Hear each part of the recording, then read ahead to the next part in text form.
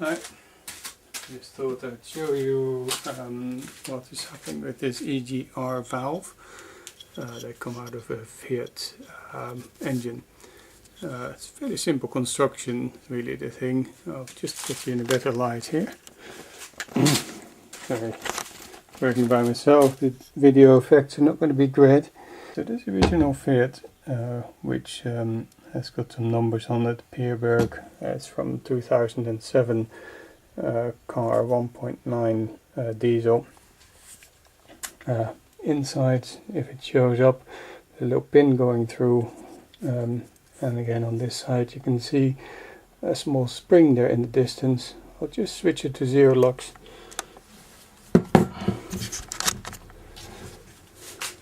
And see, there's some of the insides with infrared shining on it.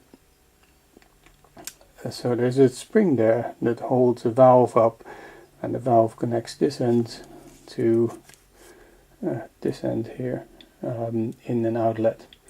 On the other side here there is some pin going through to this bit, which is the electrical bit, which is secured with 4 nuts. I've just put the 2 back in just to show you.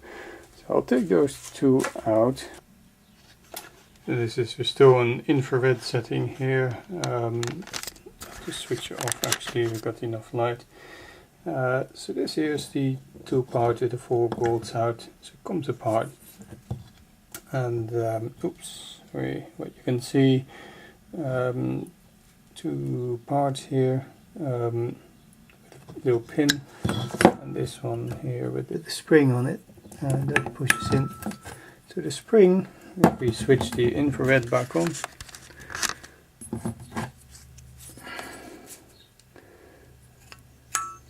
moves the valve in here, as you can see.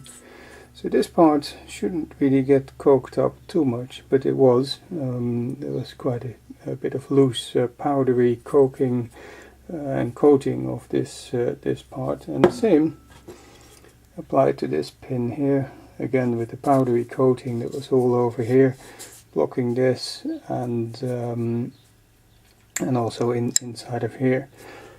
Now this, it now moves in and out, but when I first took it apart it was stuck at about this level and wouldn't move either way. Tried to get a screwdriver in between here, get it out, it wouldn't go, and ended up giving it a few gentle taps on the head, and the result was it was stuck flush. It's still completely stuck. As you can see, this here seemed to be pressed in, and I was just about to destroy it when I thought, now give it a go. Got some penetrating oil of your own choosing, fill this up here.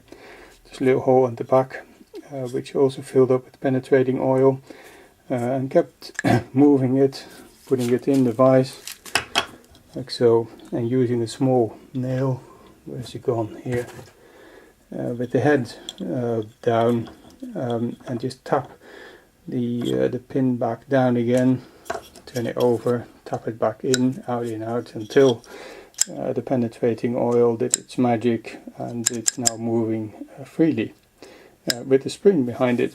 So you can feel that spring, a little pin, and hear it. If you put a pin in, you can hear there's a spring there, and the spring is obviously pushing, or intend to push this pin out. So that's the rest position.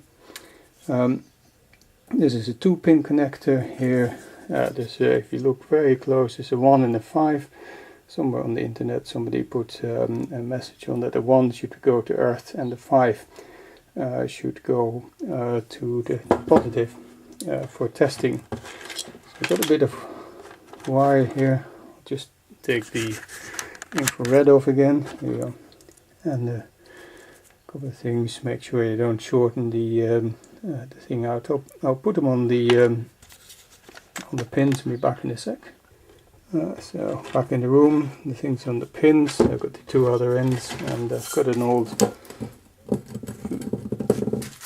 charger and battery under here. Just switch the 0 lux, the infrared back on again. So there we are. So can use these to put on the plus and minus poles and give this thing a test. Now, when I was testing it,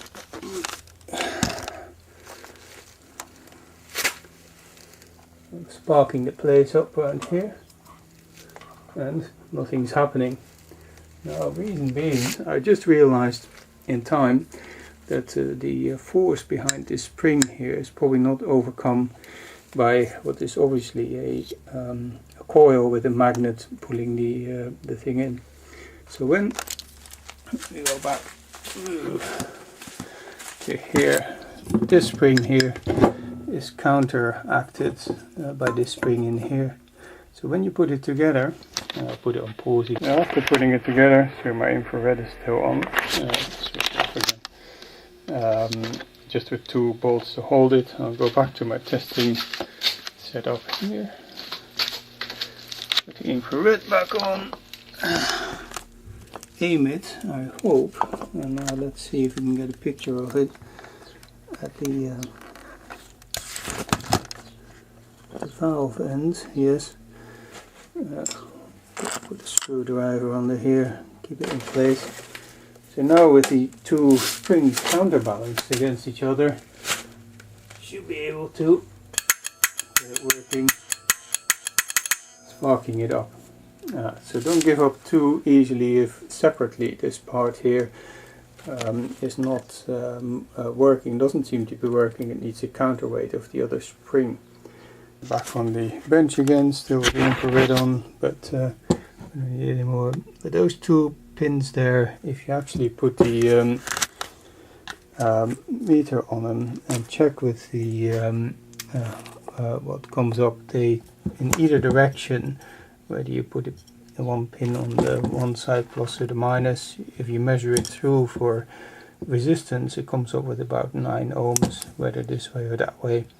So that would indicate that within this thing here there is a coil and nothing more fanciful than that in this model of EGR valve. And that's the way to clean it, clear it, and check it, I suppose.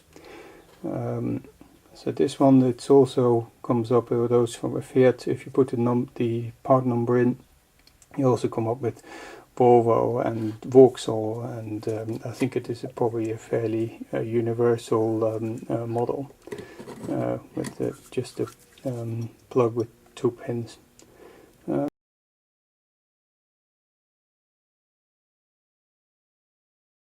Just one thing I want to say about this model is that when I took it apart, the amount of loose carbon dust that was everywhere, I can't really see how with a cleaner you can clean this EGR valve. And we spent about £100 at some place saying they would clean the whole place with some special liquid, but where it is and inside of here, I don't think any liquid will get in there to clear it properly. For the soot to get to this electrical part and gunk it up inside, it has to travel from the valve, which is visible with the infrared on, is visible here. So it's got to travel along the stem all the way up here along the stem and come out in this compartment of the inlet exhaust, and then work its way in here, and maybe that's lasted, and after cleaning you'd probably expect some service from it again, but if you buy them for £14, I suppose, and the cleaning and the efforts, it might not be worth it.